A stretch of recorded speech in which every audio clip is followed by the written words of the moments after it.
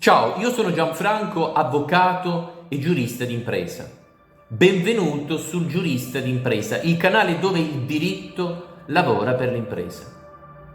Oggi parliamo di un tema centrale per tutti coloro che operano nel settore e-gaming in Italia, la compliance.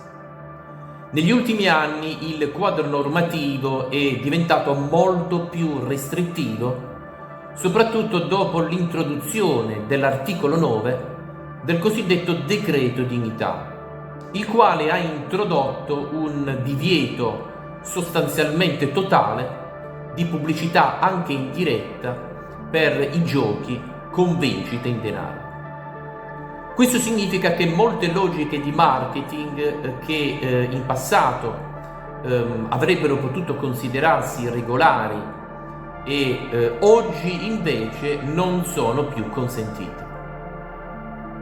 Eppure molte aziende del settore continuano a gestire piattaforme e contenuti con un approccio pre-decreto dignità, esponendosi a rischi, contestazioni, sanzioni e danni reputazionali.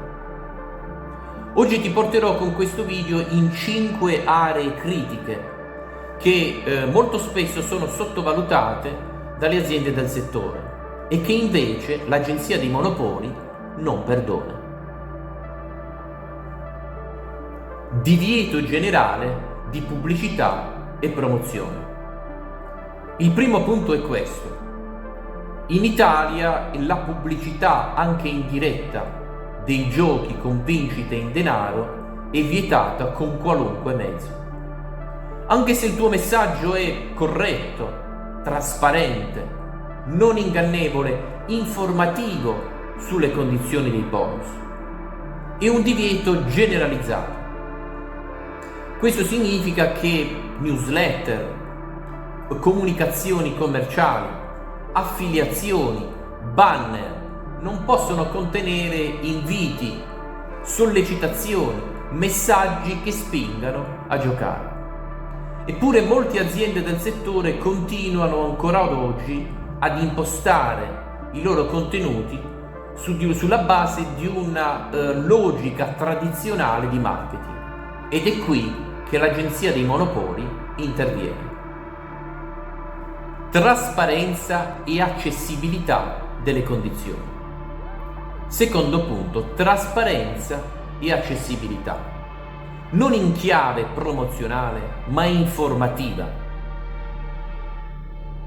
Anche se la pubblicità non è consentita, le piattaforme devono comunque garantire informazioni chiare su regole di gioco, modalità di registrazione e di verifica dell'identità, tempi di prelievo, strumenti di tutela del giocatore.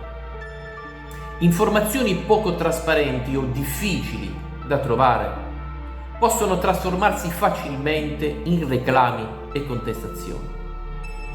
Qui non si tratta di fare promozioni o pubblicità, ma di rispettare obblighi informativi verso i tuoi consumatori.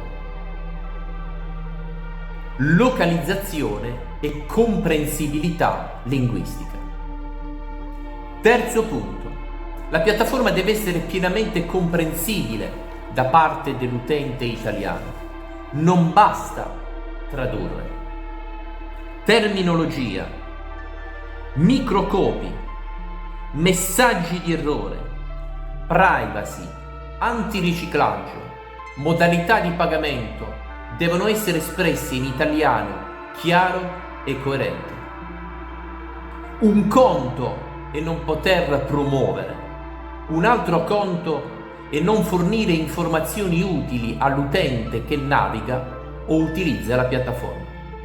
Se l'utente non capisce come effettuare la verifica documentale, il deposito o il prelievo, il problema non è commerciale, ma di tutela. Pagamenti, privacy, KYC, antiriciclaggio. Quarta area chiave, regole operative. Il blocco della pubblicità non esonera le aziende dell'e-gaming dai doveri di antiriciclaggio, verifica dell'identità, informative privacy GDPR, trasparenza sui prelievi.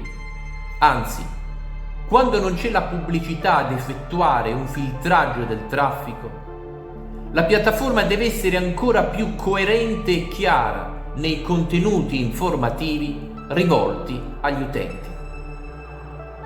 Gioco responsabile e autotutela. Quinta area: la tutela del giocatore.